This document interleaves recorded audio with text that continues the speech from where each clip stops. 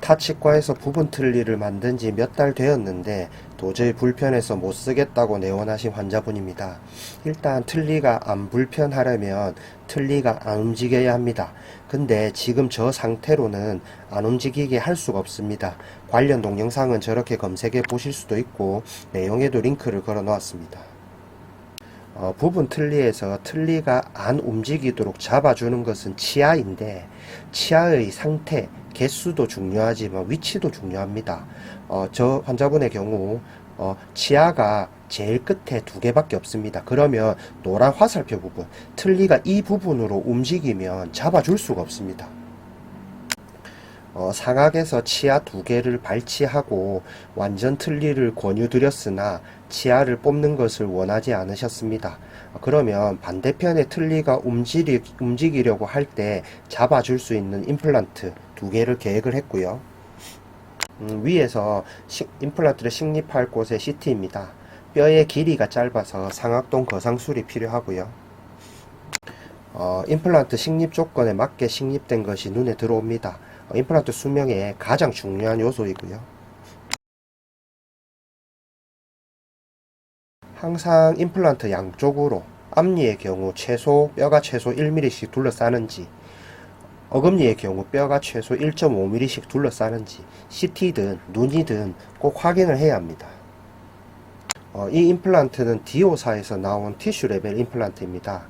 앞에 것은 4.0 직경이고요. 곱하기 2 커프 곱하기 11.5 길이고요. 뒤에 것은 4.5 곱하기 2 곱하기 11.5입니다.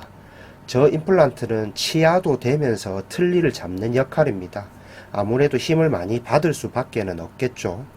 만약 본 레벨 임플란트를 식립했다면 티슈 레벨 임플란트를 식립했을 때보다 부러질 가능성이 높습니다. 어금니 부위에 티슈 레벨 임플란트를 사용하면 장점이 아주 많지만 특히 저런 임플란트 틀니에 있어서는 티슈 레벨 임플란트가 장점이 더욱 부각됩니다. 그리고 위에 사진을 자세히 보시면 픽스처에서 제일 얇은 부위를 비교해 보시면 4.5가 확실히 두껍습니다. 당연히 덜 부러지겠죠.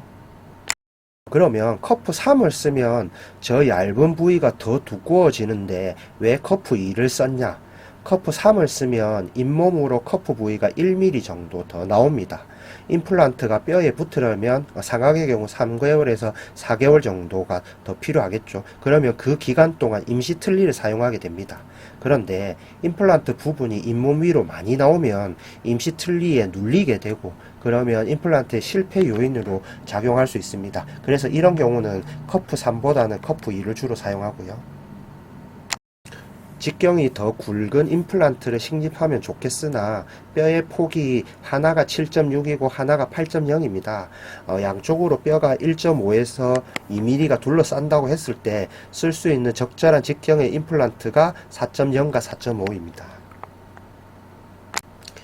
밑에도 남아있는 치아가 조금 있긴 하지만 환자분의 요청으로 임플란트 두 개를 식립하고 부분 틀니를 만들기로 했고요. 식립 전 CT입니다. IBS의 가이드핀 시스템이고요. 저 방향으로 임플란트를 식립할 수 있습니다. 하지만 벅갈 쪽으로 치우친 상태였고요. 가이드핀 시스템의 장점은 임플란트를 식립하기 전 어떻게 식립될 건지를 미리 볼 수 있습니다. 그래서 다시 가이드핀을 방향을 수정하고요. 가이드핀의 방향 위치를 바꾸고 최종 임플란트 식립 CT입니다. 저건 덴티움에서 나온 브라이트 임플란트입니다. 직경이 3.0이고 플랫폼이 3.8입니다. 그러면 3.8에서 3.0을 빼서 2로 나누니까 0.4죠. 그러면 플랫폼만 뼈에 잠겨도 0.4의 뼈가 둘러싸고 있는 것입니다. 그런데 오른쪽 사진에서 보시면 노란 원 부분만큼 뼈가 더 둘러싸니 임플란트 식립 조건에 맞게 식립이 된 것이고요. 뉴욕 치과의 맞춤 어복과 PFM 크라운입니다. 역시 마찬가지로 하악의 뉴욕 치과의 맞춤 어복과 PFM 크라운이고요. 상악 부분 임플란트 틀니이고요. 하악 부분 임플란트 틀니입니다. 자, 위에 틀니 한번 빼보시겠어요? 위에 틀니. 자, 고리를 항상 그지요? 손으로 잡고 한번 빼보세요. 다시 한번 넣어보실까요? 항상 손으로 끝까지 넣으셔야 됩니다. 끝까지 넣고 절대 입으로 무시해서 넣으시면 안 돼요. 네, 그 소리 나게끔 해야 돼. 맞아요. 예. 그건 그리고 알아요. 밑에 입으로 하면 안 되고 그냥 이걸 네네네. 골반이 딱 잡아가 꽉 눌려야 돼. 네네. 그 다음 밑에 거 한번 해보세요. 밑에 거 한번 빼보세요. 이게 항상 조금 힘들게 빠져야 됩니다. 예. 됐지. 이렇게 요것도 딱 소리 나게끔. 네네네. 손으로 항상. 여기 밑에. 네.